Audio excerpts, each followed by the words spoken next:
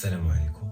سميتي سامر، وهاد القصة اللي غنعاود لكم اليوم عمركم سمعتوها في حياتكم. عمري 28 عام، ولكن هاد الخمس سنين التالية من عمري دوزت فيها اللي عمري ننسى حياتي كاملة. خليكم معايا وما تمشيو فين، مور الانترو نبداو القصة ديالنا.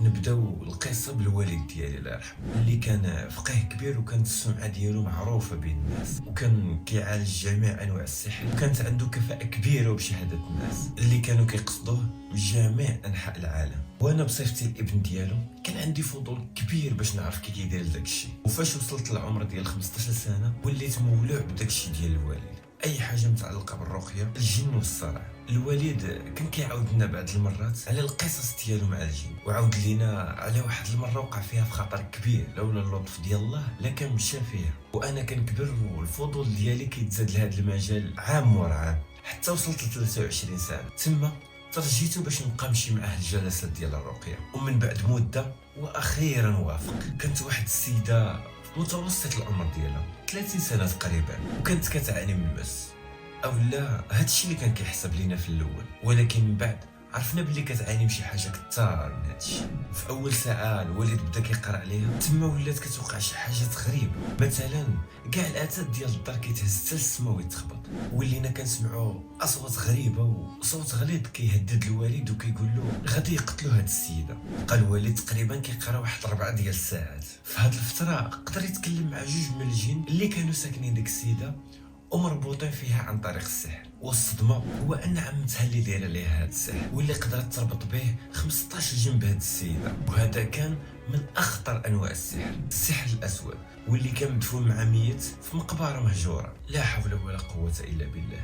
المهم الخوت، الوالد قدر يخرج من هذوك الجوج اللي قلت لكم باذن من الله والتوكيل ديالو. وفي الغد ليه ولينا رجعنا عندها، وانا كنت غير كنراقب من بعيد وما كنتدخل في والو. ومجرد ما كنبقى نسمع داك الغوات فرها الخوت كنحس بروحي غتخرج مني بقوه الخلع. في داك النهار الوالد بدا كيرخي فيها من الصباح حتى طاح الظلام، عاد باش قدر يخرج منها كاع داكشي اللي مربوط فيها، وقدر باش يبطل داك السحر. المهم ديك السيده فاقت بحال اللي ما كاين والو، ومسكينه ما عاقله على حتى شي حاجه. من بعد هزوها الاهل ديالها وداوها، ولكن الوالد من داك النهار تبدل.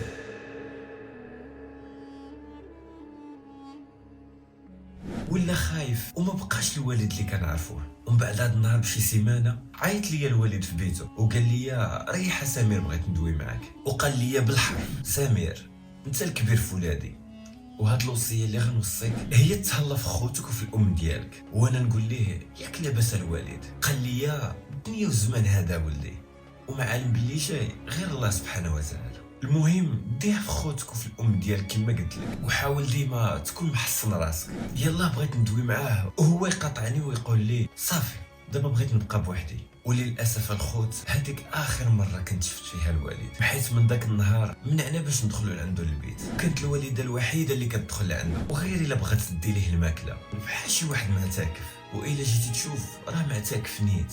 ولكن بعد شويه الوقت غيتضح ليا بان السيده اللي كنلقاها اخر مره هي السبب في هذا الشيء، وهي اللي وصلاتو لهذه الحاله. حيت لقاوها شنقه راسها في دار باها ومخليه واحد الورقه مكتوب فيها لا حياه مع هؤلاء. هاد الشيء اللي خلات والله اعلم شنو كانت قاصده به. ولكن الوالد ما يسمع هاد الشيء عاد ما زاد تأزم. ومن بعد بزاف ديال المعاناه واحد الصباح الوالده مشات تدي ليه الماكله. كنا جالسين حتى كنسمعوا الوالده كتغوت. نضنا بالزربه كنجريو للبيت، وتما كانت الصدمه.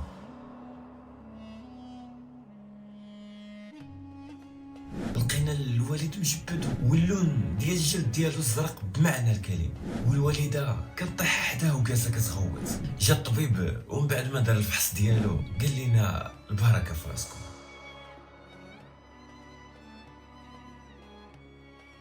وقال لنا بلي السبب في الموت ديالو كان اختناق حاد. الصراحه الخوت في داك النهار حسيت بحياتي ضاعت في رمشه عين. وليت انا هو الاخ والاب واللي كيعولوا عليه في الدار من هنا لقدام. وليت مجبر انني نهز اسره واخ انا ما قادرش. وبقى اللغز ديال الوفاه ديال الاب ديالي وديك السيده محيرني وما لقيتش ليه حل.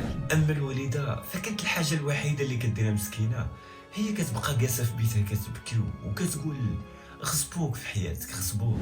تتم هاد القصه الخوت غنعاودوها السبت الجاي ان شاء الله. اللي نبغي نقول لكم هو القصه ديالنا عاد غادي تبدا، والاحداث الشيقه ديالها عاد غادي يبداو. تسنوا الجزء الثاني اللي غيكون عامر احداث مرعبه. والصراحه الخوت ما خصكمش تزقلوها باش تقدروا تكملوا القصه وتفهموها كامله، واللي فيها غتقلب حياتي وغيوليو يوقعوا معايا شي حاجات ما كيدخلوش للعقل. والحلقه اللي قبل غتلقاها هنايا، دخل تفرج فيها وخلي ليا لايك باش الفيديو يطلع عند ناس وحدين اخرين، وبارطاجي القصه مع كاع الناس اللي كتعرف. نتلاقاو في الجزء الثاني واللي جاي غيكون حسن ان شاء الله.